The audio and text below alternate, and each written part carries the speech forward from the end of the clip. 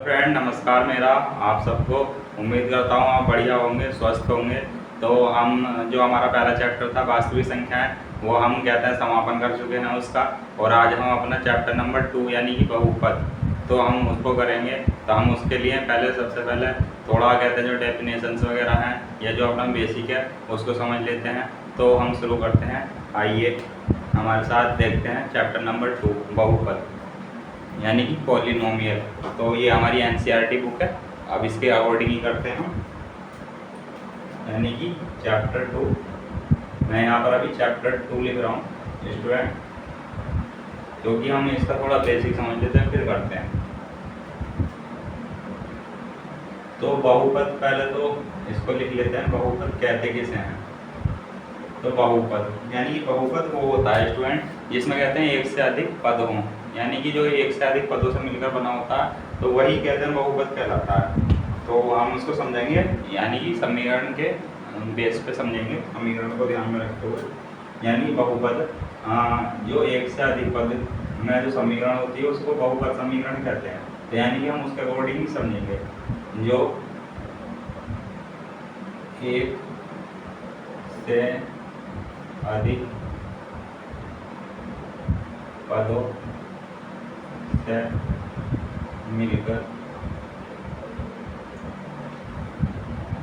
बनी समीकरण होती है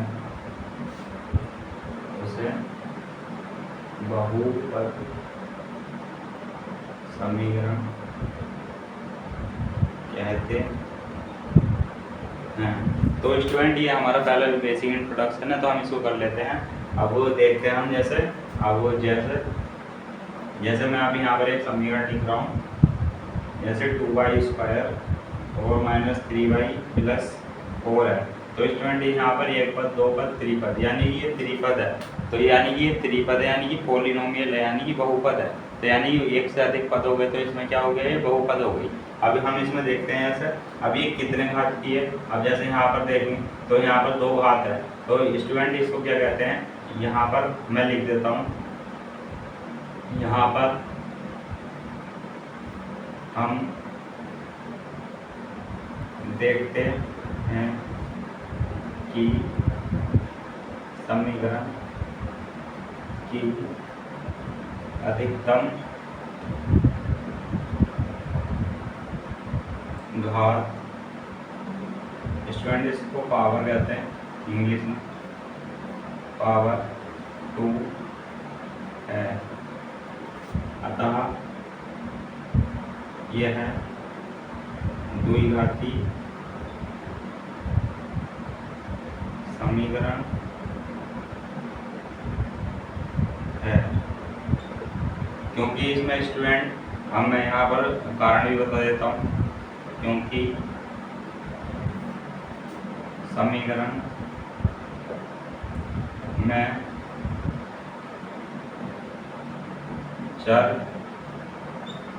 चर की अधिकतम घात 2 है, इसलिए समीकरण द्विघाती है। तो स्टूडेंट ऐसे भी कह सकते हैं इसको। अभी यहाँ पर मैंने लिखा यानी कि चर, तो यानी कि हमारी जो गिनतियाँ होती हैं, यानी कि जो राशियाँ होती हैं जिसमें समीकरण में, तो वो चर और अचर से मिलकर बनी होती है समीकरण। तो स्टूडेंट हम ये समझ लेते हैं कि चर क्या होता है और अचर क्या होता है।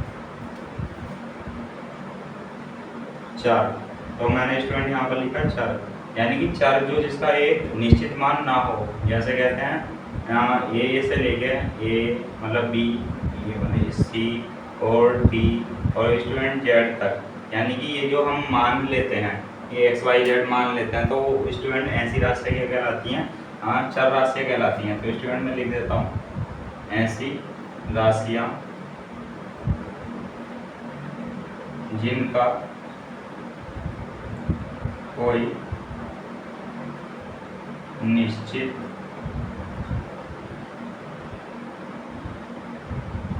मान ना हो। जैसे जैसे मान लो स्टूडेंट किसी समीकरण में x का मान 2 आ गया, उसी समीकरण में x का मान -1 आ गया, उसी समीकरण में x का मान मतलब किसी और समीकरण में x का मान 3 आ गया। तो स्टूडेंट ये इस तरीके से मतलब ये निश्चित नहीं होता इनका मान। जैसे ये मैंने लिखा निश्चित मान ना हो, तो स्टूडेंट इनका जो चर राशियाँ होती हैं इनका मान निश्चित नहीं होता है स्टूडेंट। तो अब आपने ये देख लिया होगा पूरा कि बहुपद क्या होता है, चर क्या होता है। अब मैं बता देता हूँ आपको अचर राशि क्या होती है, फिर स्टूडेंट हम और कुछ समझेंगे। तो स्टूडेंट ये आपने लिख लिया होगा, उम्मीद करता हूँ।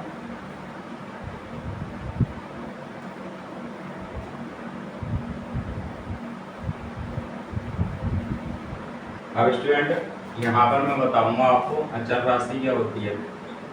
अचर राशि स्टूडेंट इसको ऐसे भी ध्यान रख सकते हैं, ऐसे चर राशि को अगर ध्यान में आए यानी कि जो चरती रहती हैं, यानी कि चरती रहती हैं, जैसे गाय चरती है, मान लो उससे याद रख सकते हैं कि जो चरने वाली राशियाँ होती हैं वो चर राशि कहलाती हैं, यानी उनको कोई निश्चित मान सही नहीं फिक्स नहीं होता।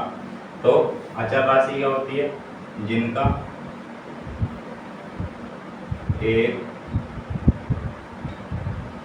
एक निश्चित मान होता है जैसे 1 2 3 4 या मान लो स्टूडेंट इनफाइनाइट तक। तो स्टूडेंट ऐसे कहना चाह रहा हूँ मैं, हाँ, यानी कि जैसे 1 है तो 1 हमेशा 1 ही रहेगा, 1 का मान 1 ही रहेगा। अगर 2 होगा तो 2 का मान 2 ही रहेगा। तो स्टूडेंट ये क्या राशियाँ हो जाती हैं, अचर राशियाँ हो जाती हैं। तो स्टूडेंट ये हमने देखा बहुपद, चर और अचर राशियाँ क्या होती हैं। अब स्टूडेंट हम अपने नेक्स्ट स्टेप पर आते हैं, तो मैं इसको पहले बोर्ड को साफ कर देता हूँ, फिर करते हैं।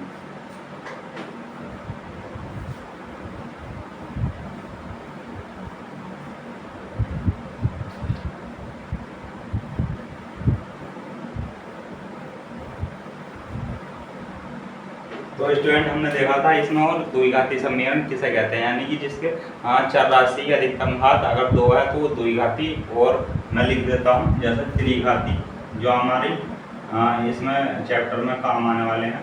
तो त्रिघाती बहुपद क्या होता है, त्रिघाती बहुपद जिस समीकरण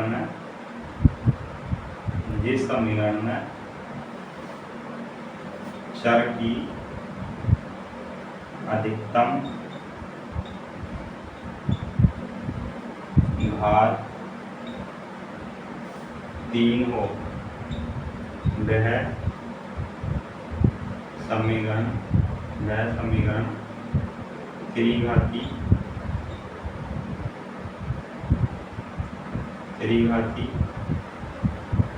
समीकरण कहलाता है। तो स्टूडेंट हमने यहाँ देख लेते हैं एग्जाम्पल। जैसे कोई त्रिघाती बहुपद है, यानी कि जो त्रिघाती बहुपद का एग्जाम्पल देख लेते हैं क्या हो सकता है। तो स्टूडेंट यहाँ पर हम देखते हैं, जैसे मान लो √2x³ हो गया, तो यानी कि यहाँ पर चर की राशि अधिकतम क्या है, यानी कि पावर 3 हो गई, पावर 3 है, इसलिए स्टूडेंट ये क्या हो जाएगा, इसलिए ये त्रिघाती बहुपद हो जाएगा। तो स्टूडेंट यहाँ पर हम ये इतना ही काफ़ी है। अब जैसे हम ले लेंगे, जैसे अगर 4 घात होगी किसी की तो वो कहते हैं चतुर्थघाती हो जाएगा। ठीक है स्टूडेंट। अब जैसे ही पंचम मतलब इतना बड़ा आता नहीं है, इसमें द्विघाती त्रिघाती बहुपद की ही आवश्यकता है हमें, तो वो मैंने बता दिया है आपको। फिर इसके आगे चलते हैं हम अपने नेक्स्ट स्टेप पर। समीकरण लिख लो आप, x² - 2x + 3। तो स्टूडेंट यहाँ पर हम ले सकते हैं क्या, अब जैसे मान लो ये कोई समीकरण है स्टूडेंट, तो यहाँ पर जैसे इसके शून्य निकाल ले हों अगर, या कोई भी हो, तो इसकी जैसे मान लो ये भी है एक समीकरण, तो और दूसरी समीकरण ले लेते हैं हम, x² - 3x = 0। तो स्टूडेंट जैसे मैं आपको समझाना चाह रहा हूँ, यानी कि शून्य किसे कहते हैं, शून्य क्या होता है, यानी मैं समझाना चाह रहा हूँ आपको शून्य। जीरो, क्योंकि ये अभी हमारी जो एक्सरसाइज है आगे 2.2 वगैरह, तो उसमें काम आएगा, यानी कि शून्य क्या होता है क्या होता है ना। तो स्टूडेंट यहाँ पर जो शून्य निकालते हैं हम, तो यहाँ पर जो बीच वाला टर्म होता है, तो इसको हम क्या करते हैं, तोड़ लेते हैं। अब वो तोड़ते कैसे हैं, तो स्टूडेंट जो हमारा थर्ड जो टर्म है, यानी कि ये फर्स्ट टर्म, सेकेंड टर्म या मिडिल टर्म और ये थर्ड टर्म, तो स्टूडेंट इसकी यहाँ पर हम मल्टीप्लाई करते हैं, इसकी हम यहाँ पर मल्टीप्लाई करते हैं, यानी कि ये 4x² बन जाएगा स्टूडेंट। अब यहाँ पर जो 3 है, हमें इसको वैसे ही तोड़ना है कि मल्टीप्लाई करने पर 4 आए, ठीक है स्टूडेंट, माइनस का 4, और जैसा प्लस या माइनस करने पर हमारा जो बचेगा 3x बचेगा। तो स्टूडेंट आइए हम इसको देख लेते हैं। तो x² माइनस, अब यहाँ पर अगर स्टूडेंट मैं ये कर देता हूँ 4 माइनस 3, वो 4 minus 1 x minus 4 is equal to 0।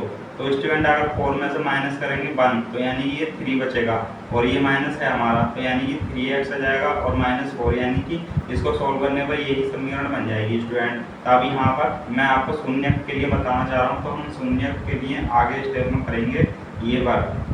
तो अब इसके -4 और कहते हैं x की यहाँ पर मल्टीप्लाई होती है, यानी कि माइनस की भी अंदर होगी और इस x की भी अंदर होगी, तो ये स्टूडेंट ये हो जाएगा -4x।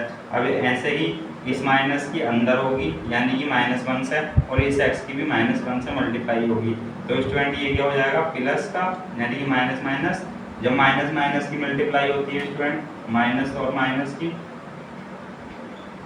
तो ये प्लस हो जाता है स्टूडेंट, इसको ध्यान रखेंगे। और अगर माइनस और प्लस की मल्टीप्लाई होती है स्टूडेंट, माइनस प्लस, तब भी माइनस हो जाता है स्टूडेंट, और अगर प्लस प्लस की होती है तो ये प्लस ही होता है स्टूडेंट, तो इसको भी ध्यान में रखेंगे। तो मैंने आपको ये बता दिया है, तो यहाँ पर अब ये +1 आ गया, हाँ, यानी कि प्लस -4x और प्लस 1x, और स्टूडेंट ये -4 ऐसे ही एडिट आ जाएगा, तो यहाँ पर इज इक्वल टू 0 चल ही रहा है हमारा। अब यहाँ पर स्टूडेंट हम देखते हैं, दो के पेयर बना लेते हैं, तो स्टूडेंट यहाँ पर क्या आ जाएगा हमारा कॉमन, यानी कि x कॉमन आ रहा है इन दोनों में से, तो यानी कि यहाँ से x आ जाएगा, x -4 बचेगा अंदर, यहाँ पर से क्या जाएगा, अब जो यहाँ पर बना है टर्म स्टूडेंट, भाई हमारा कॉमन लेके यहाँ पर बनना चाहिए, तो यहाँ पर बना जाएगा कॉमन, और x -4 यानी कि 1 के अंदर मल्टीप्लाई करेंगे तो x आ जाएगा, और -4 में करेंगे तो ये 4 ही आएगा। तो स्टूडेंट ये हमारा सेम हो गए दो टर्म। तो स्टूडेंट इस तरीके से इसको करते हैं, गुणनखंडित करते हैं, इस तरीके से इसको हम जो मिडिल टर्म होता है, तो मिडिल टर्म को ही हम क्या करते हैं, विभाजित मतलब विखंडित करते हैं, तो विखंडित करके वो कुछ ऐसा बनता है, और ये हमारे ये जो दो टर्म आए हैं तो ये सेम होने चाहिए, यानी कॉमन लेने के बाद ये दोनों सेम आने चाहिए, तो ये सेम आ चुके हैं हमारे। अब हम यहाँ पर देखेंगे स्टूडेंट नेक्स्ट स्टेप में, तो मैं इसको मिटा देता हूँ, आपने लिख लिया होगा।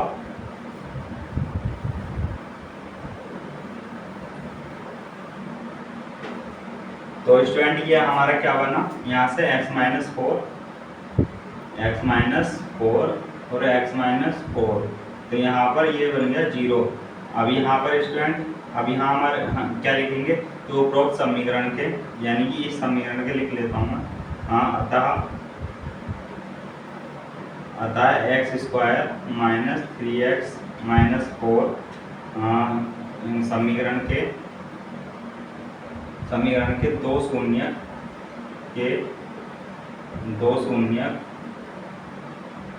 x = 4 तथा x = 4 हैं। तो स्टूडेंट मैं ऐसे कह रहा हूँ, जैसे यहाँ पर x -4 है, यानी कि x -4 = 0, तो x = 4, हाँ, ये वाला टर्म, अभी वाला टर्म जैसे, तो x -4 = 0, तो x = 4। तो स्टूडेंट ये जो है हमारे क्या आ गए, दो शून्य आ गए इसके, तो समीकरण के दो शून्य x = 4 तथा x = 4 हैं। तो स्टूडेंट यही जो होते हैं हमारे क्या होते हैं, जो मान आता है x का, यही क्या कहलाते हैं, शून्य कहलाते हैं स्टूडेंट। शून्य यानी कि अगर 4 रखेंगे तो इसका मान 0 प्राप्त हो जाएगा हमें, हम देख लेते हैं कैसे, हाँ, यानी कि जो समीकरण 1 थी, हाँ, x का समीकरण 1 में, मैं ये आपको, ये कोई ज़रूरी नहीं है, हाँ, यहाँ पर नोट करके लिख लेना आप, ये कोई ज़रूरी नहीं है, मैं आपको बस प्रूफ करके दिखा रहा हूँ। तो अगर समीकरण 1 में x = 4 रखने पर इस समीकरण का मान यानी कि जीरो आएगा। जैसे इधर जीरो है, जीरो के बराबर है, तो इधर भी जीरो ही आ जाएगा। तो स्टूडेंट मैं बता देता हूँ आपको, 4 का स्क्वायर करेंगे, एक्स की जगह 4 रखा तो 4 का स्क्वायर हो जाएगा -3 4, अब इसकी एक्स की जगह 4 रख दिया और ये -4 है स्टूडेंट पहले से ही। तो स्टूडेंट अब मैं यहाँ पर इसको मिटा देता हूँ, नीचे जगह नहीं है बोर्ड पर। ये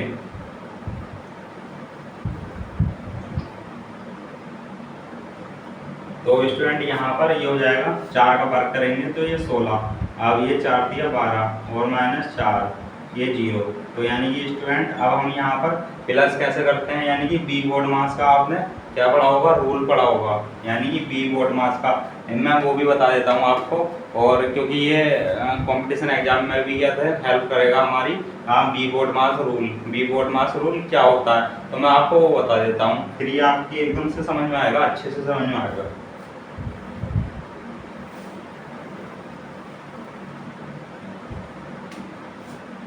यानी कि बी बोर्ड मास रूल कहते हैं इसको, बी बोर्ड मास रूल। तो यानी कि स्टूडेंट ये हमारा जो होता है यहाँ पर भी इसका क्या होता है, यानी कि एक तरीके से ब्रैकेट होता है। हाँ, इसका भी ब्रैकेट, ब्रैकेट, लेकिन ये क्या था, बड़ा ब्रैकेट होता है यहाँ पर। बड़ा ब्रैकेट होता है ये, यानी कि ऐसे कह सकते हैं बिग ब्रैकेट। बी बोर्ड मास, अब ये बी से क्या होता है, ये छोटा ब्रैकेट हो जाता है ब्रैकेट, और ओ से ऑफ होता है स्टूडेंट, इसका मतलब होता है मल्टीप्लाई। और ठीक है स्टूडेंट, यानी कि ये जो होता है ये वाला साइन, ये ठीक है। और डी से होता है डिवीजन, यानी कि ये वाला साइन, यानी कि भाग, ठीक है स्टूडेंट।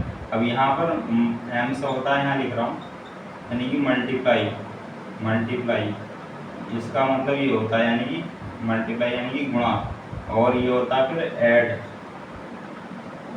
ऐड, ठीक है स्टूडेंट। और यहाँ होता है सब्सट्रैक्ट, सब्सट्रैक्ट, तो ये होता है माइनस, ये हो जाता है प्लस, ठीक है स्टूडेंट। अब यहाँ पर क्या है, यहाँ पर प्लस है, यानी कि ये 16 जो है ये प्लस का है, तो यहाँ पर माइनस माइनस वाले पहले एक तरफ जोड़ लेंगे, पहले माइनस माइनस मैंने आपको क्या बताया था, प्लस हो जाता है। तो यानी कि ये हो जाएगा 12 और 4 16, लेकिन कहते हैं जो हमारा क्या रहेगा, साइन जो रहेगा वो बड़ा अंक का लिया जाता है हमेशा। तो यहाँ पर बड़े अंक का क्या है, साइन माइनस है, यानी कि 12 और 4 में देखेंगे हम, 12 और 4 में बड़ा क्या है, 12 है, 12 के पास कौन सा साइन है, माइनस है, तो यहाँ पर भी क्या आ जाएगा माइनस। अब ये प्लस का 16, ये माइनस का 16, और ये इक्वल टू 0 चल ही रहा था, तो ये 0 इक्वल टू 0 आ गया। तो स्टूडेंट ये हमारा क्या हो जाता है, शून्य, यानी कि जो x का मान होता है वही शून्य होता है स्टूडेंट, ठीक है। तो आपको ये समझ में आया होगा। अब हम चलते हैं, आपको थोड़ा जो फॉर्मूले हैं कि शून्यकों का योग क्या होता है, शून्यकों का गुणनफल क्या होता है वो बता देता हूँ आपको। फिर हम चलेंगे सीधे एक्सरसाइज 2.1 पर, फिर उसके बाद 2.2 कर लेंगे हम, ठीक है स्टूडेंट। 2.1 में कुछ नहीं है, बस फिगर है, तो उसमें देख करके बताना है कि x पर कितनी रेखाएं प्रतिच्छेद करती हैं, उतने ही शून्य हो जाएंगे, ठीक है। तो हम चलते हैं नेक्स्ट स्टेप की तरफ।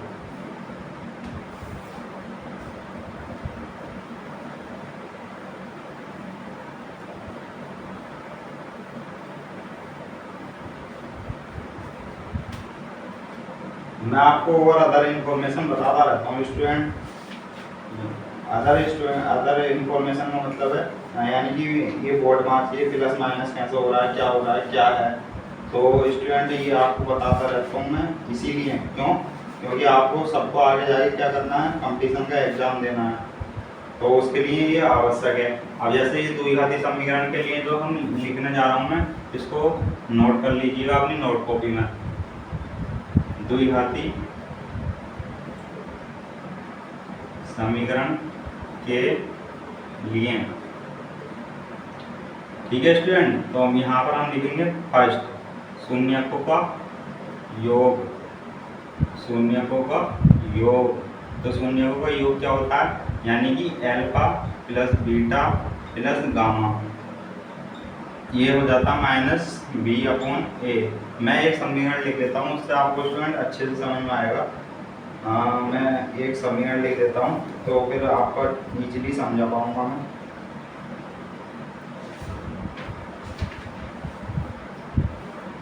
तो हम इसको ले लेते हैं x² प्लस 7x 4 + 10। ठीक है स्टूडेंट, तो ये एग्जाम्पल का ही क्या है, समीकरण है। ये आपका एग्जाम्पल नंबर 2 है। ठीक है स्टूडेंट, ये आपका जो एनसीईआरटी बुक है उसमें एग्जाम्पल नंबर 2 है ये, तो उसका ही समीकरण लिया है मैंने ये। तो मैं कैसे कहना चाह रहा हूँ, शून्यकों का योग। तो इसके जो क्या आते हैं शून्यक जो आते हैं, तो स्टूडेंट हम क्या कहते हैं उसको अल्फा और बीटा कह देते हैं। अगर 3 शून्य का जाएंगे तो गामा कह देंगे। तो ये अल्फा बीटा हो जाते हैं, यानी गामा जो त्रिघाती समीकरण के लिए सॉरी है, तो यहाँ पर खाली अल्फा और बीटा, तो यानी कि दो दो वो आएंगे ना शून्य किसके स्टूडेंट, क्योंकि द्विघाती समीकरण है, तो द्विघाती समीकरण के 2 शून्य आएंगे। तो 2 शून्य यानी कि alpha plus beta is equal to minus B upon A. तो बी जो होता है स्टूडेंट, मैं यहाँ पर आपको बताता हूँ माइनस ये होता है, यानी कि अगर इसकी तुलना करेंगे स्टैंडर्ड समीकरण से, यानी कि मानक समीकरण से, तो इसको क्या लिखेंगे, ax² + bx + c is equal to 0। तो स्टूडेंट हम आपको ये स्पष्ट कर देना चाहता हूँ, यानी कि ये जो b है, यानी कि ये क्या होता है, अब ये b यहाँ से 7 हो जाएगा। अब ये इसको यहाँ पर लिखेंगे क्या, हम जो कहते हैं लैंग्वेज लिखनी है हमें, तो हम यहाँ पर लिखेंगे x का गुणांक। ठीक है स्टूडेंट, x का गुणांक, यानी जो गुणाम है x के गुणाम है जो, तो वो क्या कहलाता है, गुणांक कहलाता है, यानी कि इंग्लिश में कहते हैं कोफिशिएंट। ठीक है स्टूडेंट, अब यहाँ पर जो b अपॉन a लिखा मैंने, तो ठीक है, अब a जो है वो क्या है, x² का गुणांक है, तो यहाँ पर क्या लिखूंगा मैं, x² का गुणांक, यानी कि जो x² के क्या होगा, गुणा में होगा, तो वो हो जाता है x² का गुणांक। ठीक है, अब मैं यहाँ पर लिखना चाह रहा हूँ, यानी कि अब इसे 2 कह देंगे, तो अब यहाँ पर लिखूंगा मैं शून्यकों का गुणनफल, शून्यकों का गुणनफल। तो वो क्या हो जाएगा स्टूडेंट, वो हो जाता है हमारा alpha beta is equal to, यानी कि अल्फा बीटा मैंने ये बोला अल्फा इंटू बीटा, ये यहाँ अंडरस्टूड है, यहाँ पर मल्टीप्लाई है इसके बीच में, तो c अपॉन ए। तो अब स्टूडेंट इसको मैं क्या लिखूंगा, c जो है यहाँ पर ये हमारा होता है अचर पद। ठीक है स्टूडेंट, ये हो जाएगा अचर पद, तो ये क्या हो जाएगा, x² का गुणांक। अब अचर पद ये भी आपको क्लियर है। अब आप किसी को भी बता सकते हो कि अचर पद क्या होता है, आपसे कोई पूछता है तो अचर पद आपको पता है, यानी कि जिसका मान निश्चित हो। तो अब यहाँ पर हमें क्या दिख रहा है, जैसे 10, तो यहाँ पर क्या हो जाएगा, ये निश्चित मान है, तो यहाँ पर ये हो जाएगा अचर पद हो जाएगा। तो स्टूडेंट हमने यहाँ देखा द्विघाती समीकरण के लिए शून्यकों का योग और शून्यकों का गुणनफल। अब हम देख लेते हैं त्रिघाती समीकरण के लिए शून्यकों का योग और शून्यकों का गुणनफल। तो मैं इसको हटा देता हूँ, ये आपने नोट कर लिया होगा।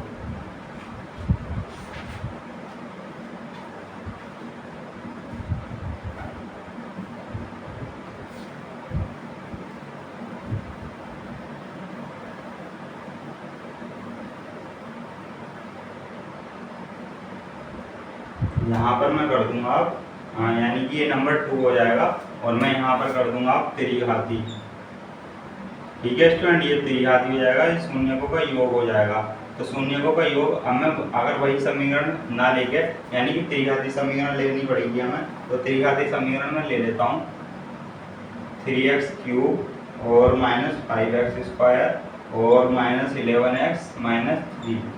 तो स्टूडेंट ये क्या हो जाता है, हमारा त्रिघाती समीकरण हो जाता है। तो यहाँ पर देखो, अगर इसकी मानक समीकरण से तुलना करेंगे, यानी कि मानक समीकरण यहाँ से लिख देता हूँ ना, मानक समीकरण इसको कहते हैं स्टैंडर्ड समीकरण।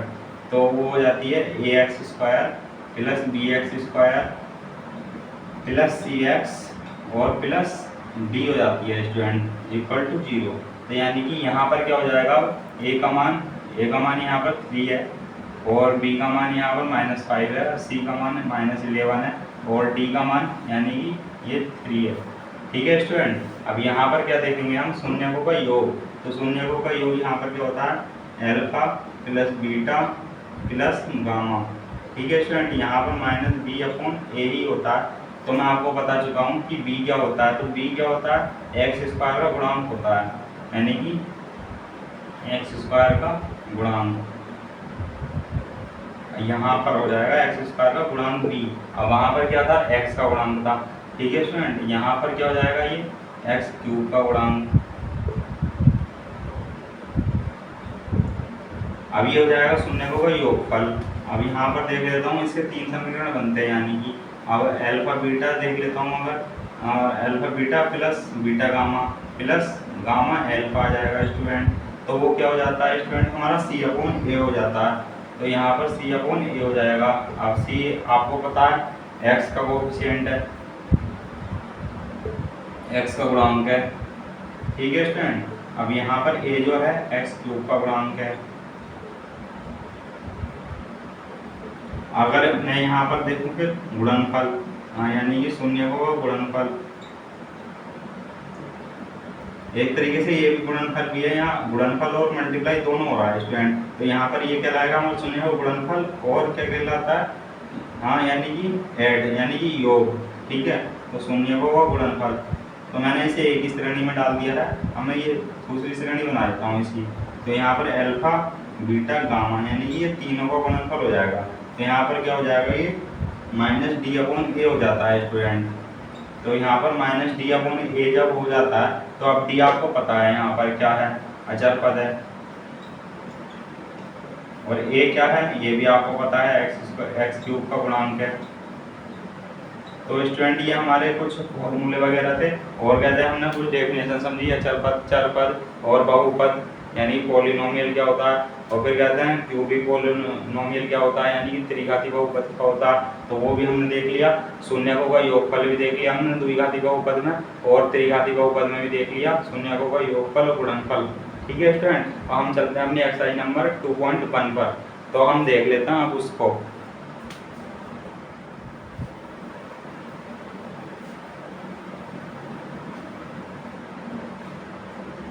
अब यहाँ हो जाती है स्टूडेंट, मैं अब डाल देता हूँ यहाँ एक्सरसाइज 2.1। तो यहाँ पर स्टूडेंट कुछ नहीं है, यहाँ पर खाली फिगर है। तो मैं आपको कहते हैं ये लाइन लिख देता हूँ पहले, फिर फिगर बना के समझा दूंगा। किसी बहुपद px के लिए y इक्वल टू px का ग्राफ नीचे आकृति। अब मैं स्टूडेंट यहाँ पर आकृति है, ये 2.10 है आकृति, 2.10 जो आपकी बुक में गिवन है, दिया है। वृत्तीय स्थिति में px के शून्य को की संख्या ज्ञात।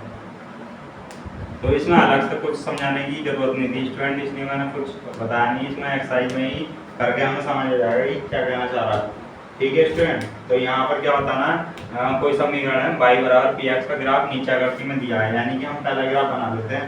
हाँ पहला ग्राफ, तो यहाँ पर ये क्या हो गया हमारा स्टूडेंट, y अक्ष हो गया, और ये हमारा x अक्ष हो गया, x अक्ष, यानी कि जो कहते हैं क्या होता है, ये जो हो गया ये ऊर्ध्वाधर हो गया, ठीक है स्टूडेंट। या कह सकते हैं क्या, ये ऊर्ध्वाधर और ये क्षैतिज। तो जो क्षैतिज होता है क्या कहते हैं हमें, x अक्ष, और जो ऊर्ध्वाधर होता है उसे y अक्ष, ठीक है स्टूडेंट। अब यहाँ पर जो फिगर में दे रखा है मैं उसको बना देता हूँ। ये दे रखा है स्टूडेंट, ठीक है, यानी कि y अक्ष पर काट रहा है, ये जो है y अक्ष पर काट रहा है, ठीक है। तो इसको x डैश नाम देते हैं, वो यहाँ पर y हो गया, तो यहाँ पर y डैश दे देते हैं। तो अब यहाँ पर क्या है, हमसे लेकिन पूछा क्या है, x अक्ष में, तो क्या है px का ग्राफ नीचे आकृति में दिया है, फिर स्थितियाँ px के शून्य की संख्या ज्ञात कीजिए, यानी कि p का मतलब है स्टूडेंट यहाँ पॉलिनोमियल से है यहाँ पर, यानी कि जो पॉलिनोमियल है यानी कि बहुपद। तो बहुपद x के लिए क्या करना है, शून्यकों की संख्या ज्ञात करनी है। अब बहुपद x के लिए अगर शून्यकों की संख्या ज्ञात करेंगे, तो यहाँ पर स्टूडेंट यहाँ पर जो है x अक्ष को कोई रेखा नहीं काट रही है, ठीक है, तो y अक्ष काट रही है रेखा। तो यहाँ पर हम क्या लिखेंगे, x अक्ष पर शून्यकों की संख्या 0 है, तो यहाँ पर क्या लिखेंगे आंसर में, x अक्ष पर शून्यकों की संख्या जीरो है, शून्य है, शून्य है, जीरो है। तो स्टूडेंट ये हो जाएगा हमारा। तो अब यहाँ पर हम सेकंड फिगर देख लेते हैं। सेकंड फिगर में क्या है, अब मैं स्टूडेंट बोलकर बताऊंगा, ये नहीं लिखूंगा जो ये मैंने लैंग्वेज लिखी थी अभी। मैं खाली फिगर बनाऊंगा और आपको बोलकर बताऊंगा कि क्या है ये, मतलब कि क्या शून्य में इसके। ठीक है स्टूडेंट, तो आप वो मेरी आवाज़ ध्यान से सुनिए और इसको हम और गहरा कर देते हैं, थोड़ा कारों कर देते हैं। ठीक है स्टूडेंट, तो यहाँ पर ये x हो जाएगा, x डैश हो जाएगा, ये y डैश। अब यहाँ पर पूछा है x के शून्य को की संख्या याद कीजिए। तो यहाँ पर स्टूडेंट ये x अक्ष को कितनी बार काट रही है रेखा, यानी कि ये बिंदु ये मान लो, तो कहते हैं ये यहाँ पर ए बिंदु पर काट रही है रेखा, तो इससे शून्य को की संख्या कितनी हो जाएगी स्टूडेंट, 1। चलो लिख देता हूँ, शून्य को की संख्या 1 है। तो स्टूडेंट ये यहाँ पर 1 हो जाएगी। अब मैं थर्ड सवाल पर चलता हूँ, वो भी बता देता हूँ आपको। अब यहाँ पर जो फिगर बना है, ये फिगर ये है और ये है। तो स्टूडेंट ये हमारा केंद्र होता है और यहाँ पर y डैश x डैश। तो स्टूडेंट अब यहाँ पर क्या पूछा है, x के शून्यों की संख्या पूछी है, यानी कि ये 1, 2 और 3, 1 और 2 और 3। तो स्टूडेंट यहाँ पर शून्यों की संख्या कितनी हो जाएगी, 3 हो जाएगी। ठीक है स्टूडेंट, तो यहाँ पर मैंने लिख दिया 3, तो यहाँ पर शून्यों की संख्या कितनी है, 3। अब मैं बता देता हूँ आपको, 4th होगा। ठीक है, तो अब मैं 4th फिगर में बना देता हूँ आपको, ये 4th हो गया। तो स्टूडेंट यहाँ पर इस तरीके से बना है, बस parabola x dash y x dash और ये क्या हो जाएगा y डैश, ये केंद्र हो गया O। तो यहाँ पर कितनी हो जाएगी शून्य की संख्या स्टूडेंट, 1 और 2। तो यानी कि यहाँ पर क्या हो जाएगी शून्य की संख्या 2, क्योंकि ये जो है x अक्ष को कितनी बार काट रही है रेखा, 2 बार। तो स्टूडेंट अब यहाँ पर मैं देख लेता हूँ 5।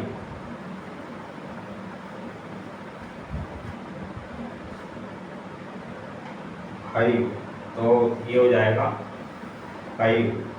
तो यहाँ पर x डैश y डैश और ये हो जाएगा 0 स्टूडेंट। मैं यहाँ पर आपको कुछ भी छुटवाना नहीं चाहता, इसलिए मैं एक सवाल बता रहा हूँ सारा।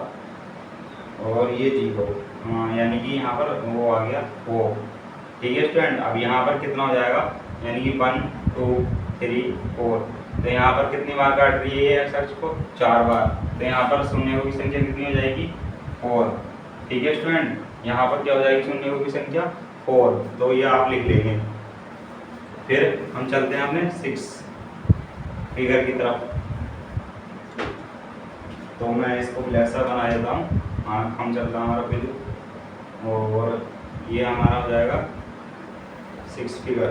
तो यहाँ पर x डैश y डैश, तो यहाँ पर हो, तो यहाँ पर क्या हो जाएगा, यानी कि 0 होता है ये। अब यहाँ पर कितनी बार काट रही है,